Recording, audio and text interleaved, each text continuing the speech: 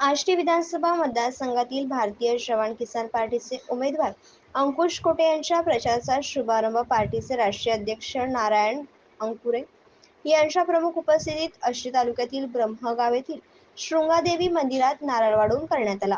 मतदान जनतेचे विकास जनतेचा हा नारा देत उमेदवार अंकुश कोटे फौजी यांच्या प्रचाराला सुरुवात करण्यात आली.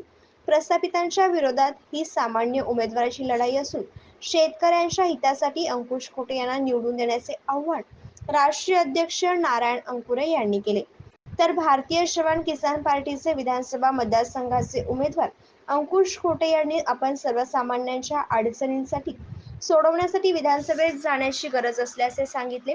तसेच सैनिकांच्या बाबतीतही विविध प्रश्न आहेत, शेतकऱ्यांचेही विविध प्रश्न आहेत.